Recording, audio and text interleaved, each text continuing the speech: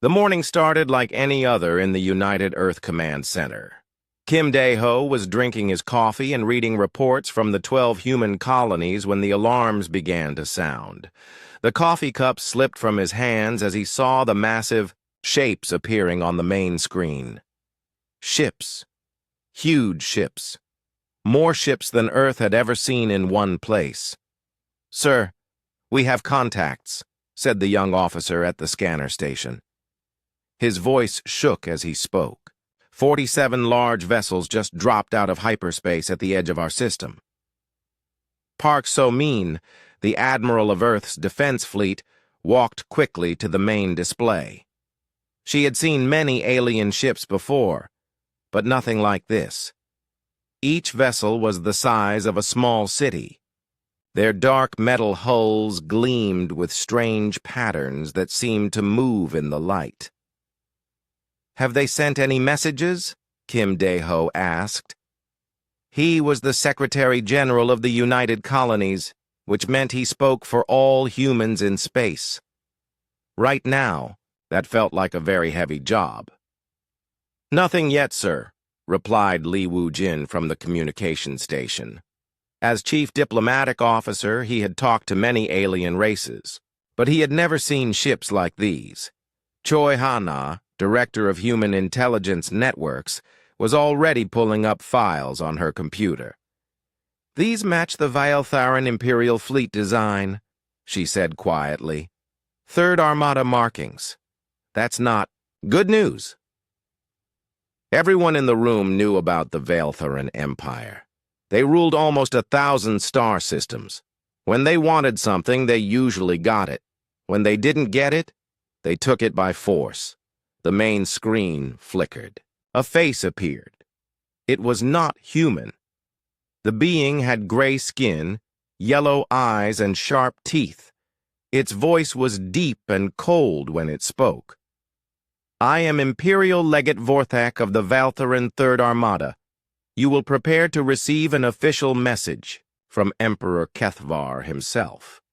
The screen went black for a moment. Then a new face appeared. This one wore a crown of twisted metal and jewels. His eyes glowed with a strange blue light. When he spoke, his voice carried the weight of absolute power. "Humans of Earth," the Emperor began. "You have spread your kind to 12 star systems without permission from the rightful rulers of this galaxy. This ends now." Kim Dae-ho felt his heart racing, but he kept his face calm. Around him, the command center was completely silent. "You will abandon all colonies beyond your home system within 1 standard month," the Emperor continued. "You will also pay tribute to the Empire equal to 50% of your total production. This tribute will continue every year from now on." Admiral Park So-min's hands closed into fists, but she said nothing. "If you refuse these terms," the Emperor said, his glowing eyes seeming to look directly at each person in the room, "you will face complete annihilation. We have destroyed species far stronger than yours. Your ships are toys compared to ours. Your weapons cannot even scratch our shields." The message continued with details about tribute payments and colony abandonment schedules. Kim Dae-ho listened to every word, but part of his mind was thinking about other things. He was thinking about the farms on New Seoul, where his brother grew food for 1 million people. He was thinking about the research stations around Proxima Centauri, where human scientists were learning to heal diseases that had killed people for thousands of years. "You have 72 hours to respond," the Emperor finished. "Use this time wisely. It may be the last time your species has to think as free beings." The screen went black. For a long moment, nobody spoke. Then Lee Woo-jin cleared his throat. "Sir, should I prepare a response?" Kim Dae-ho looked around the room. He saw fear in some faces, anger in others. Park So-min looked like she wanted to fight the entire Imperial fleet by herself. Choi Hana was already typing on her computer, probably looking up everything she could find about Valtheran military tactics. Not yet, Kim Dae-ho said slowly. First, I want to know exactly what we're dealing with. Hana? What do your files say about Imperial responses to resistance? Choi Hana looked up from her screen. Her face was grim. They don't negotiate, sir. In the last 50 years, they've given ultimatums to 17 different species. 16 of them surrendered immediately. The 17th fought back. What happened to the 17th? Park So-min asked, though her tone suggested she already knew. Their home world is now a dead rock, Choi Hana replied. Population before the war was 8 billion. Population now is 0. The room fell silent again. Outside the windows of the command center, Earth looked peaceful. Ships moved between the orbital stations. The sun shone on blue oceans and green continents. It was hard to believe that in 72 hours, all of this might be gone. Sir, said a new voice. It was Nam Gisu, commander of the Titan shipyards. He had just arrived and was still catching his breath. I heard about the ultimatum. What are our orders? Kim Dae-ho stood up slowly. He walked to the main window and looked out at Earth. Behind him he could hear the quiet sounds of people working. Computers humming, papers shuffling. The normal sounds of people doing their jobs. Our orders, he said finally, are to respond appropriately to our guests. Guests? Lee Woo-jin sounded confused. Kim Dae-ho turned around. There was something in his eyes that hadn't been there before. Something that made Admiral Park So-min sit up straighter. Yes, guests, Kim Dae-ho repeated. The Valtheran Empire has come a very long way to visit us. The least we can do is show them proper human hospitality. He walked back to his desk and pressed a button. Get me a secure line to all colony governors, and send a message to our guests. Tell them we need the full 72 hours to consult with our colonial governments. It's only polite to make sure everyone has a voice in such an important decision. Choi Hana looked at him strangely. Sir, are you sure that's wise? They might see any delay as defiance. Kim Dae-ho smiled. It was not a happy smile. Let them think what they want. We humans have always been known for our manners. It would be rude to give such an important answer without proper consideration. As the orders went out, the Valtheran fleet settled into orbit around Earth.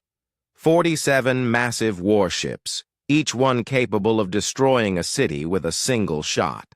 They waited with the patience of predators who knew their prey had nowhere to run. But if Legate Vorthak had been watching the human communication networks more carefully, he might have noticed something odd. The colonists weren't panicking. The military wasn't preparing for a desperate last stand. Instead, people were making phone calls, sending messages, and checking schedules. It looked like they were planning a party. 24 hours had passed since the ultimatum. On the surface, it looked like humanity was falling apart. News reports showed panic in the streets. Stock markets crashed. Some people tried to leave Earth on any ship they could find. But deep, underground, in secure facilities around the world, a different kind of activity was happening. Yoon Mi-rae, head of Quantum Research Division, was working in her laboratory beneath the Swiss Alps. She hadn't slept in 18 hours, but her eyes were bright with excitement rather than exhaustion. The quantum entanglement network is holding steady, she reported to her team. All 12 colony systems are connected. Response time is less than 1 microsecond. Her assistant looked confused. Ma'am, I thought we were using the network for emergency evacuation planning? Yoon Mi-rae smiled. In a way, we are, but not the kind of evacuation you're thinking about. 3,000 kilometers away, Nam Gisu was standing in the main construction bay of the Titan shipyards. The facility orbited Saturn and was officially Earth's largest shipbuilding complex. Right now, it didn't look like they were building. "Ships, status report," Nam Gisu called out to his engineering teams. "All resonance devices are ready for deployment," replied his chief engineer. "The new stealth coding is working perfectly. Even our own sensors can't detect them once they're active." Nam Gisu nodded. "Good. How long until the orchestra is ready?" The engineer grinned. "The orchestra will be ready to perform in 48 hours, sir." On the other side of the solar system, Kang Jun-ho was meeting with the Colonial Defense Corps leadership. The meeting was happening on a small asteroid that didn't appear on any official maps. The people around the table didn't look like soldiers. They looked like farmers, teachers, and shopkeepers, which is exactly what they were supposed to look like. "All colonial units report ready," said a woman who officially ran a flower shop on New Busan. "The surprise party preparations are complete." "Excellent," Kang Jun-ho replied. "Remember, timing is everything. We can't start the celebration until all our guests are properly seated." Back on Earth, Shin Ye-jin was in her office reviewing psychological profiles. As chief of Psychological Warfare Division, her job was to understand how other species thought. Right now, she was very interested in how Veltharans thought. "They're predictable," she said to her team. "Every species they've conquered has responded the same way: fear, panic, then surrender. They've never dealt with a species that responds differently." "What if they attack before we're ready?" asked one of her analysts. Shin Ye-jin pulled up a new file on her computer. "They won't. Their own rules prevent them from attacking during the negotiation period. They're very proud of being honorable conquerors. That pride is going to be their weakness." In the main command center, Kim Dae-ho was having a video conference with all 12 colony governors. To anyone listening in, it sounded like a normal emergency meeting. They talked about evacuation plans, food supplies, and medical preparations.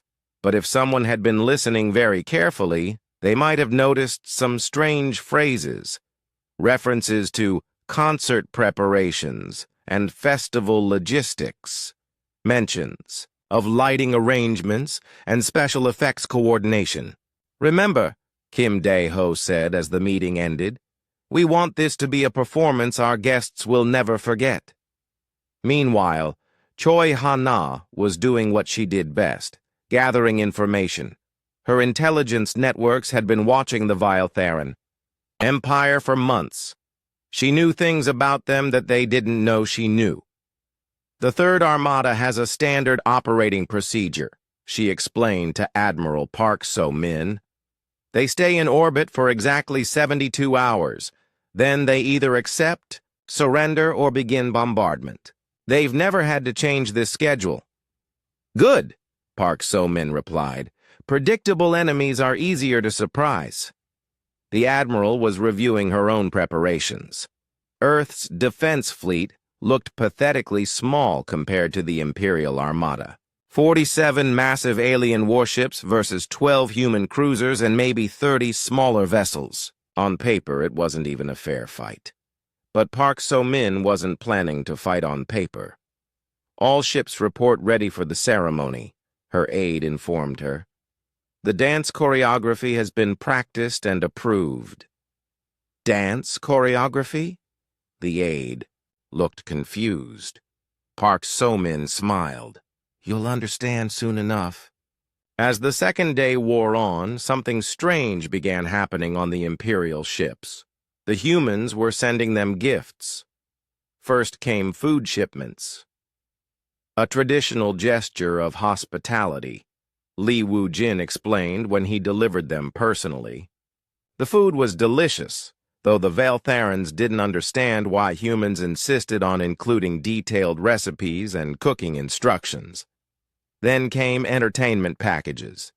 Human music, movies, and books, all carefully translated into Veltheran. "We thought you might be bored during the waiting period," Li Wu-jin said with a polite smile. Finally came the invitation. Li Wu-jin delivered it personally to Legate Vorthak. It was written on real paper with elegant calligraphy and a wax seal. The legate had never seen anything like it. "What is this?" Vorthak demanded. "An invitation," Li Wu-jin replied calmly. "We're hosting a cultural event to mark this historic moment. We would be honored if you and your officers would attend." Vorthak read the invitation twice. "The Interstellar Arts and Culture Festival, featuring the premiere performance of our Colonial Symphony Orchestra? This is your response to our ultimatum?" "Oh no," Li Wu-jin said quickly. "Our official response will come in 24 hours as requested. This is simply a gesture of respect. After all, it's not every day that representatives of the great Veltharan Empire visit our humble system." Vorthak studied the human's face. Li Wu-jin looked completely sincere, almost eager to please. "You want us to attend a concert?" "It would mean so much to us," Li Wu-jin replied. "We've been preparing for months. The orchestra includes musicians from all 12 colonies.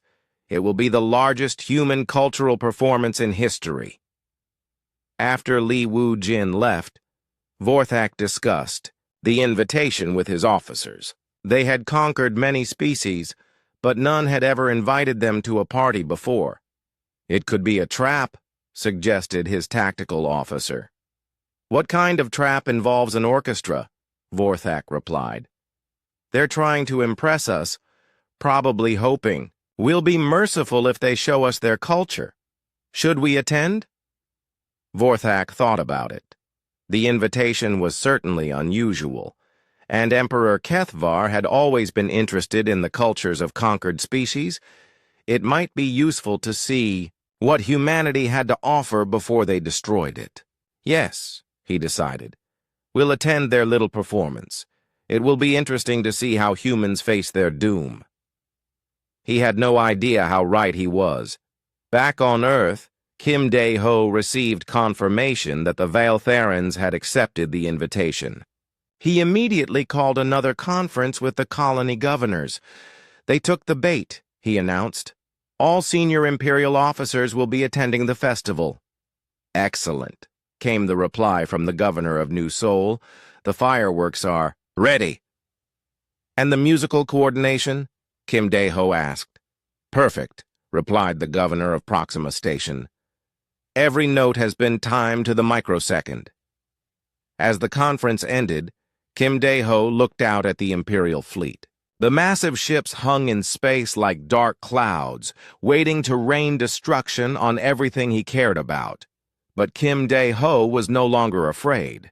In fact, he was looking forward to tomorrow's performance.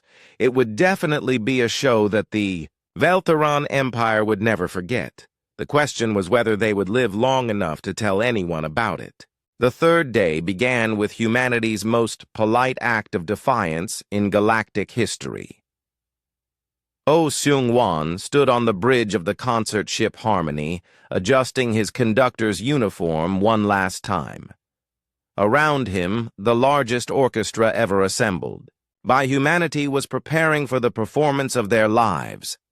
500 musicians spread across 20 ships, all connected by quantum communication links. "Are we ready, Maestro?" asked Jung Soo-ah, the master of ceremonies. She looked calm, but Oh Seung-wan could see the excitement in her eyes. "The orchestra is ready," he replied. "The question is whether our audience appreciates good music." At that moment, Legate Vorthak was boarding a human shuttle with 12 of his senior officers. The shuttle was small but comfortable, with viewing windows that gave an excellent view of the human fleet. As they approached the main concert ship, Vorthak had to admit he was curious. The humans had outdone themselves with preparations. Hundreds of ships were arranged in perfect geometric patterns around Earth. Lights blinked in synchronized sequences that were actually quite beautiful. It looked like they had spent months planning this event. "Welcome aboard," said Captain Bay, Dong-hyuk as the Valtharans entered the Harmony. "We're honored by your presence." Vorthak looked around the ship's main auditorium. It was larger than he had expected, with comfortable seating and excellent acoustics. Human crew members were everywhere, all smiling and polite. They seemed genuinely excited about the performance. "This is elaborate," Vorthak admitted. "We wanted to make sure everything was perfect," Captain Bay replied. "After all, this may be the last time we perform as an independent species." The comment was delivered with such matter-of-fact politeness that Vorthak almost missed its significance. These humans knew they were about to be conquered, yet they were putting on a concert. It was either very brave or very stupid. As the Valtharan delegation took their seats, Young-Soo-ah stepped up to the podium. She wore an elegant dress that sparkled with tiny lights, and when she spoke, her voice carried clearly throughout the auditorium.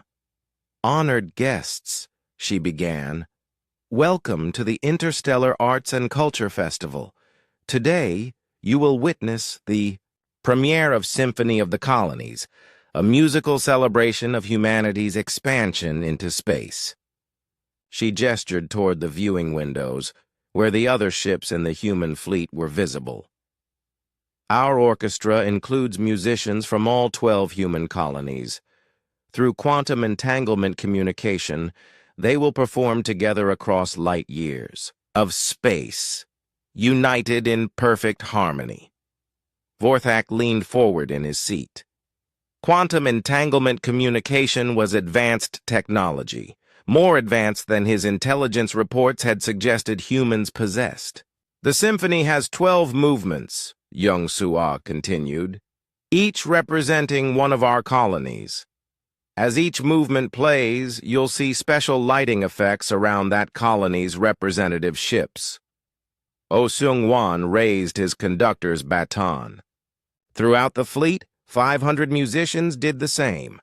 The first movement began. The music was beautiful. Vorthak had heard many alien compositions during his career, but this was something special. The harmony was perfect, impossible to achieve without precise timing across vast distances. The humans weren't just playing music. They were demonstrating technological capabilities that his own scientists would have trouble matching. As the first movement reached its climax, bright lights began appearing around Earth. "Fireworks," Young-Soo-ah explained with a smile. "A human tradition for celebrations." But Vorthak was no longer listening to her words. He was watching the lights, and his tactical training was telling him something important. Those weren't fireworks. The light patterns were too precise, too controlled. They looked more like controlled plasma discharges, whispered his science officer, who had reached the same conclusion. The second movement began, representing the colony at Proxima Centauri. As the music swelled, similar lights appeared around that distant star system. Even at this distance, the synchronization was perfect. "How are they coordinating the lighting effects?" Vorthak asked Captain Bay, trying to keep his voice casual. "Quantum communication," Bay replied cheerfully. "Same system we use for the orchestra. It lets us control everything in real time, no matter how far apart we are." Vorthak felt a cold realization growing in his mind. Real-time communication across interstellar distances meant the humans could coordinate military actions instantly, across their entire empire. That was technology the Valtharan Empire didn't have. The third movement featured the mining colonies around Wolf 359. As the music played, massive lights began appearing around that system's asteroid belt. Jung-Soo-Ah described them as industrial fireworks, representing our miners' contributions to human civilization. But Vorthak's tactical officer was now studying the light patterns with obvious concern. "Sir," he whispered, "those look like controlled stellar charges. If they can trigger those at will, they could turn their entire star into a weapon," Vorthak finished quietly. The fourth movement showcased the agricultural worlds of the Tau Ceti system. The lighting effects here were different, subtle changes in the star's output that created beautiful color patterns in the system's atmosphere. Stellar manipulation, Vorthak's science officer confirmed. They're actually controlling their star's energy output. As the symphony continued, each movement revealed new capabilities. The research stations at Epsilon Eridani demonstrated gravitational field manipulation. The shipyards at 40 Eridani showed precision matter conversion. The defense platforms at Gliesa 667C displayed energy projection on a massive scale. By the eighth movement, Vorthak realized the horrible truth. This wasn't a cultural performance. It was a military demonstration disguised as entertainment. The humans weren't showing off their art. They were showing off their weapons. "Magnificent, isn't it?" Captain Bay said, noticing Vorthak's expression. "We've been working on these effects for months. Each colony contributed something special." "How long have you been planning this festival?" Vorthak asked carefully. "Oh, we started planning as soon as we detected your fleet approaching our territory," Bay replied with that same cheerful politeness. "We wanted to make sure we could welcome you properly." Vorthak's blood ran cold. The humans had known the Imperial fleet was coming. They had months to prepare. And they had spent that time turning their entire civilization into a weapon. The ninth movement featured the outer colonies, and now the fireworks were happening dangerously close to the Imperial fleet itself. Not threatening exactly, but close enough to make a point. "Beautiful precision," Jung-Soo-Ah commented as controlled energy beams danced between the Valtheran ships. "Our gravitational engineers have been practicing for weeks to get the choreography perfect." Gravitational engineers. Vorthak was beginning to understand that every polite comment from the humans carried a hidden threat. The 10th movement brought something new. As the music played, small objects began appearing around each Imperial ship. They moved in perfect formation like dancers in a ballet. "Escort ships," Captain Bay explained. "We thought your vessels might enjoy having some company during the performance." But these weren't escort ships. They were too small, too maneuverable. They looked more like gravitational mines, his tactical officer confirmed in a horrified whisper. "Each one is generating a localized space-time distortion." Vorthak tried to contact his own ships, but found that communications were being disrupted by something. "Technical difficulties," Captain Bay apologized. "All those gravitational fields interfere with normal communications. Don't worry, everything will clear up after the performance." The 11th movement was building to something climactic. The music grew louder and more complex, with instruments from every human colony joining in perfect harmony. The lighting effects were now happening throughout human space, creating patterns that could be seen from dozens of light years away. "Impressive," Jung-Soo-Ah said, her voice carrying a new tone of pride. "It took considerable coordination to synchronize everything across such distances. But then, humans have always been good at working together when it matters." As the 11th movement ended, Oh Sung-Wan raised his baton for the final piece. The 12th movement was about to begin. And Vorthak had the sudden, terrible certainty that this was when humanity would reveal its final surprise. "Ladies and gentlemen," Young Sua announced, "for our finale, we present an original composition dedicated to our honored guests. We call it The Music of the Spheres." The music began softly, almost gently, but as it grew in volume and complexity, Vorthak realized that the humans were no longer just demonstrating their capabilities. They were preparing to use them. The 12th movement began with a single note from a flute on New Sol. Then a violin joined in from Proxima Station. One by one, instruments from across human space added their voices to the growing symphony. But this time, something was different. The music wasn't just beautiful. It was mathematically perfect. Han Tae-min, Chief of Strategic Operations, watched from the bridge of the command ship Terra. He had been waiting for this moment for 6 months. Everything depended on the timing being exactly right.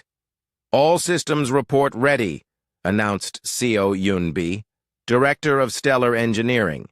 She was connected by quantum link from her control station orbiting Alpha Centauri.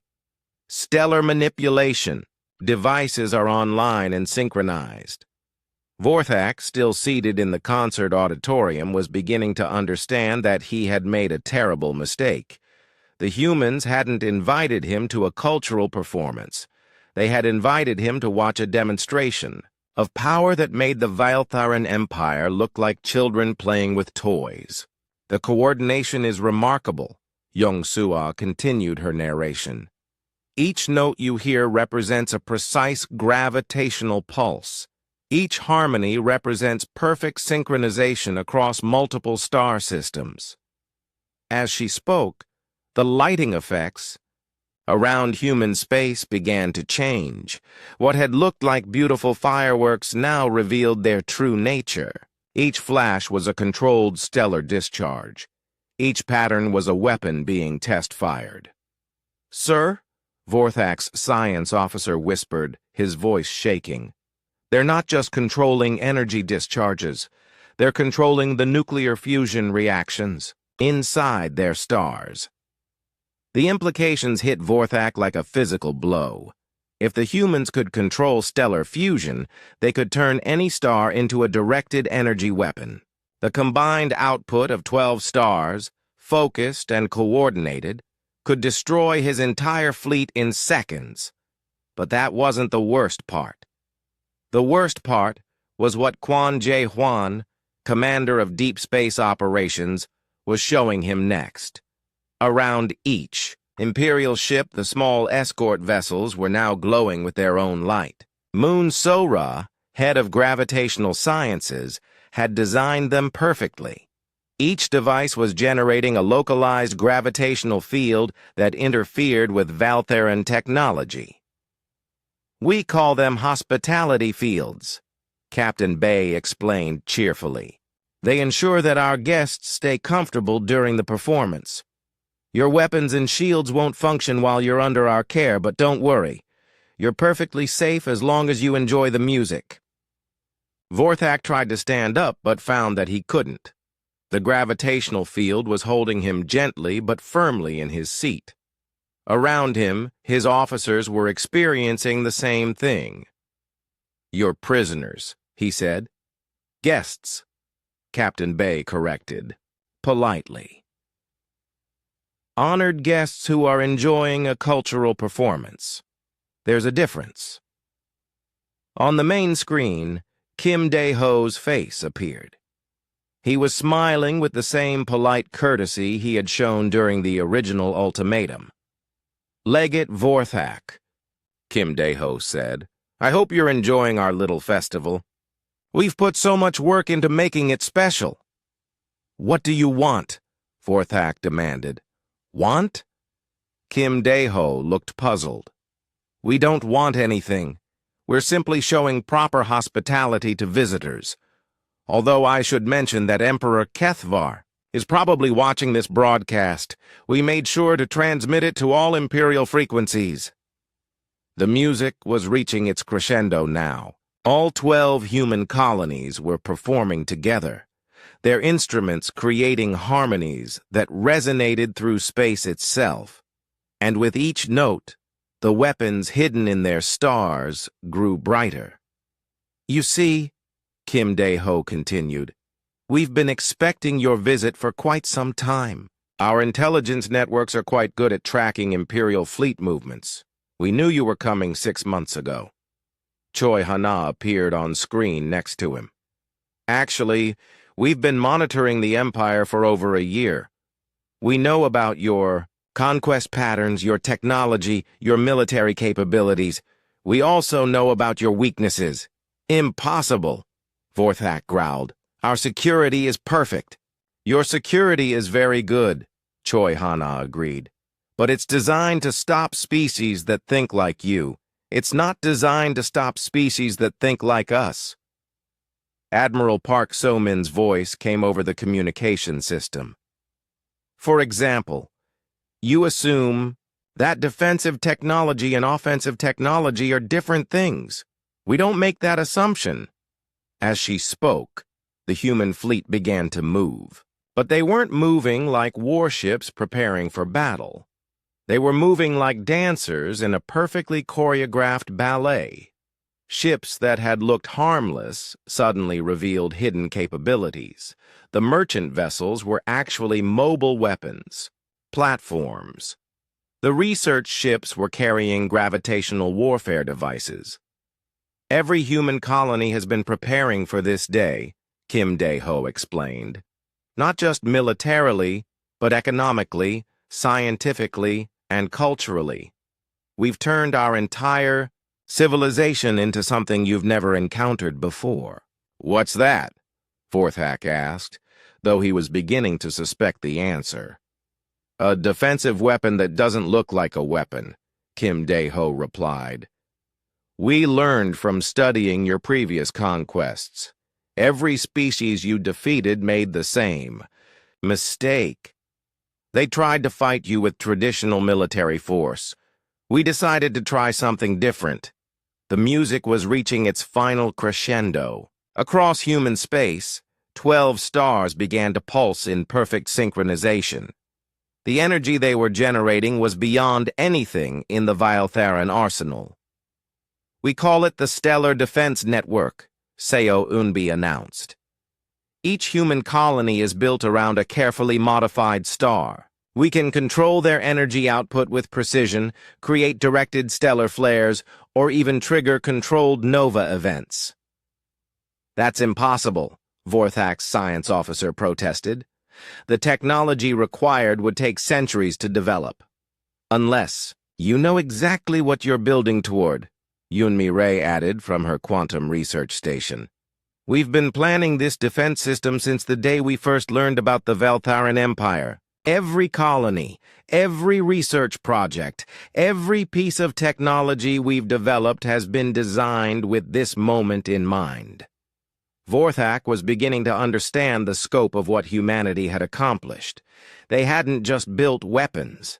They had built their entire space civilization as a weapon.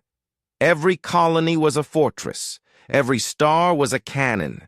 Every ship was part of a vast, coordinated defense network. But that's not even the best part, Kim Dae-ho said, his smile growing wider. The best part was what Han Taimin revealed next. We haven't been working alone, Han Taimin announced. Over the past year, we've been in contact with 17 other species within Imperial borders. Species that you consider primitive and harmless. New voices began joining the broadcast. Alien faces appeared on screen, representing species that Vorthak recognized as conquered Imperial subjects. The Zalani Mining Collective sends greetings, said a crystalline being from the Vega system. The Thorian Research Consortium is pleased to participate, added a plant-like creature from Aldebaran.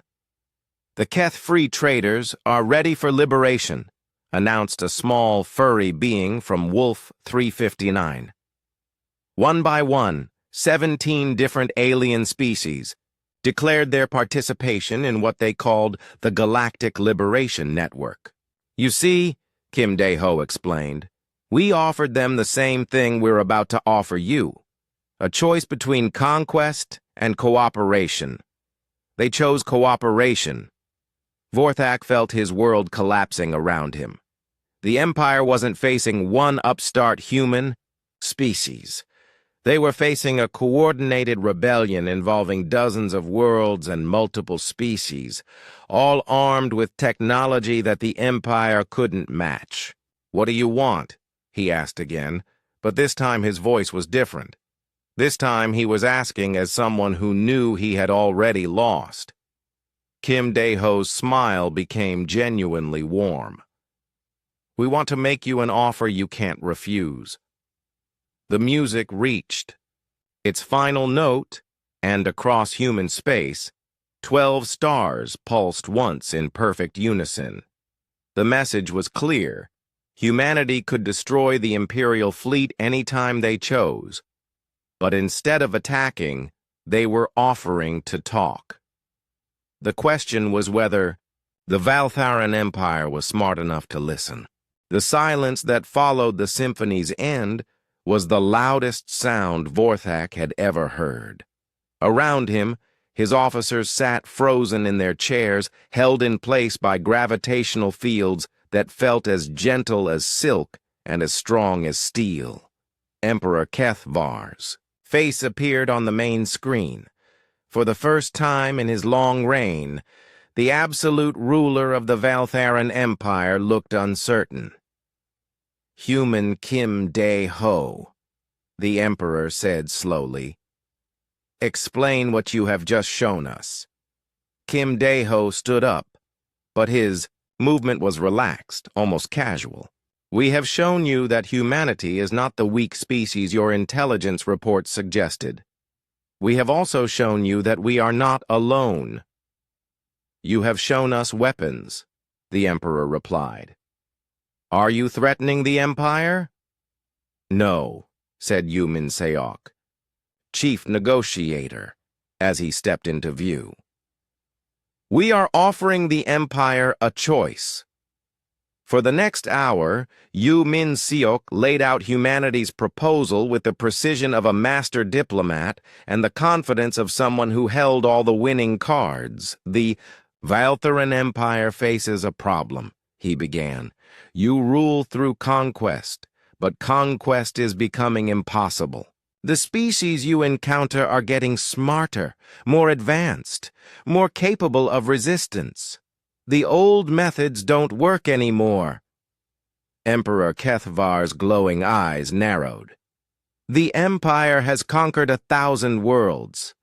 And how many of those conquests happened in the last 50 years? Yu Min-seok asked politely. The Emperor's silence was answer enough. "Meanwhile," Yu Min-seok continued, "your empire grows larger and harder to control.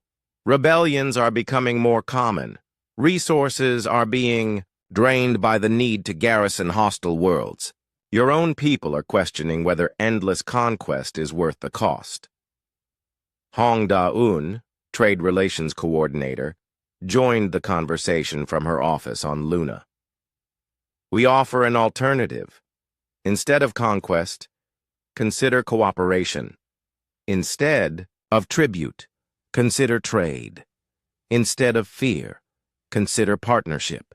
You speak of partnership after demonstrating weapons that could destroy imperial worlds," the Emperor observed. "That's exactly why we can offer true partnership," Im Sang-hoon, Defense Technology Advisor, replied. "We're not offering to surrender and hope for mercy. We're offering an alliance between equals." The details of humanity's proposal were staggering in their scope and audacity.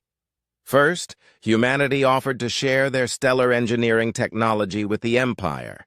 Not just the weapons, but the civilian applications. Controlled stellar output could provide unlimited clean energy. Gravitational manipulation could revolutionize transportation and industry.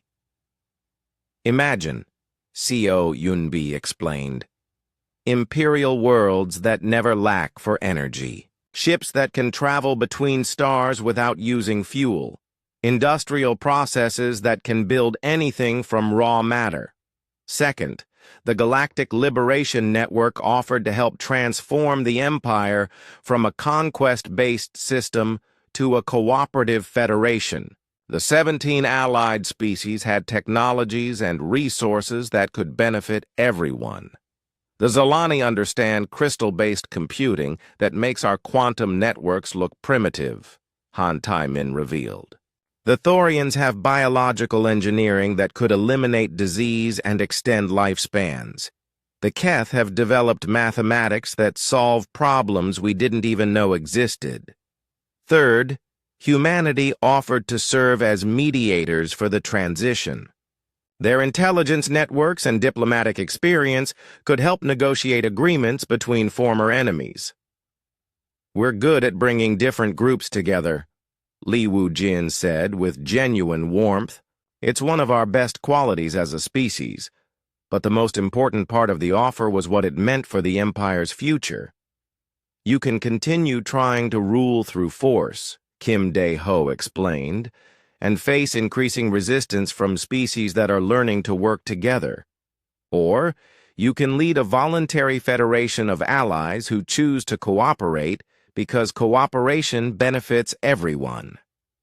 Go Yu-jin, Interstellar Communications Director, had prepared a comprehensive analysis of what this would mean economically. Trade produces more wealth than tribute. Voluntary cooperation is more stable than forced submission. Scientific collaboration advances faster than isolated research. And militarily, Admiral Park So-min added, a federation of allies is stronger than an empire of slaves. When your enemies know that attacking one member means fighting everyone, aggression becomes much less attractive. Emperor Kethvar listened to the entire presentation without interruption. When it ended, he was quiet for a long time. What guarantees do you offer? He finally asked. The same guarantee we're asking from you, Yu Min-seok replied. Good faith, mutual benefit, and the knowledge that betrayal hurts everyone. And if the Empire refuses your offer? Kim Dae-ho's expression remained polite, but something cold flickered in his eyes. Then you'll face the consequences of that choice, but we hope you're too intelligent to refuse. The Emperor considered this. Around him, his advisors were whispering furiously. Some urged immediate attack despite the obvious impossibility of victory. Others counseled negotiation. A few suggested retreat and preparation for a longer war.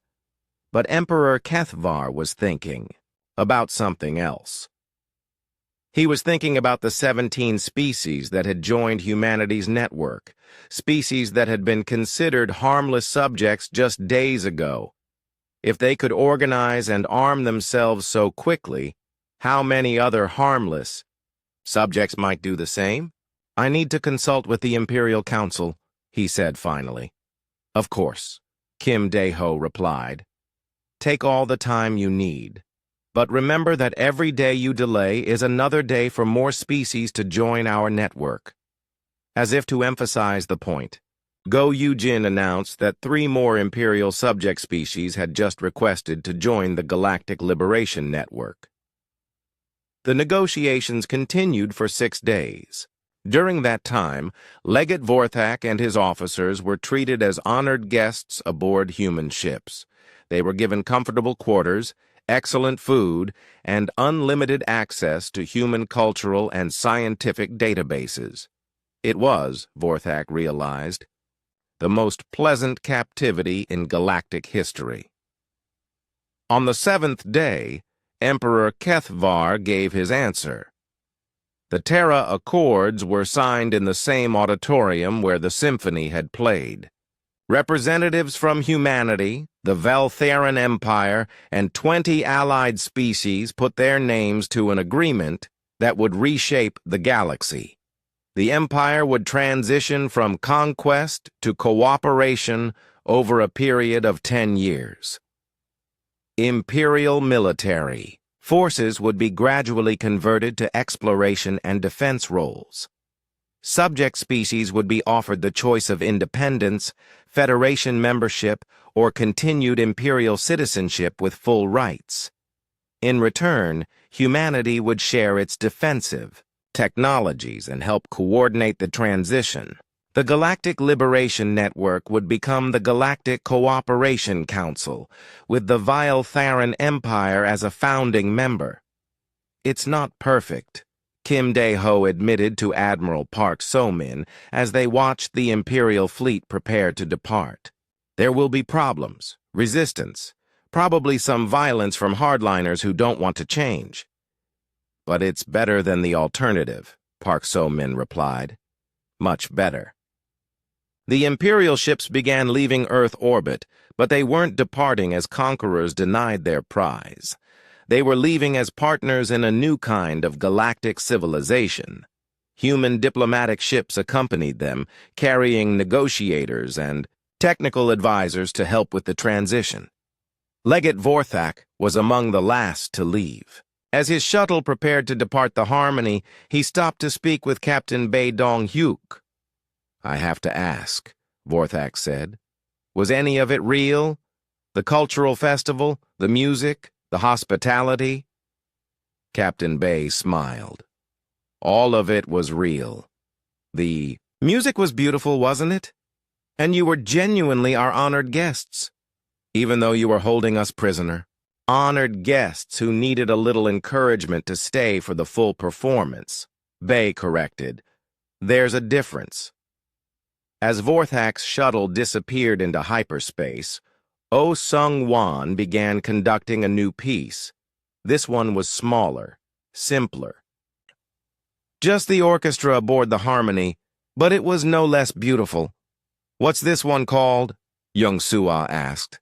"Symphony for a New Beginning," Oh Sung-won replied. Across human space, the defensive systems were being reconfigured for their new role. The stellar weapons remained ready, but now they would protect a growing alliance rather than a single species. The gravitational networks that had trapped Imperial ships were being expanded to help all member species, and on Earth, Kim Dae-ho was already planning humanity's next symphony. Because if there was one thing the galaxy had learned from the Terra Accords, it was that humans were very good at bringing different groups together. Sometimes they just needed to demonstrate why cooperation was a better choice than conquest. The galaxy was about to discover that humanity's greatest weapon wasn't their technology or their intelligence or even their ability to turn stars into cannons. It was their talent for making enemies into friends and making friends into family. And that was a power that no empire could conquer.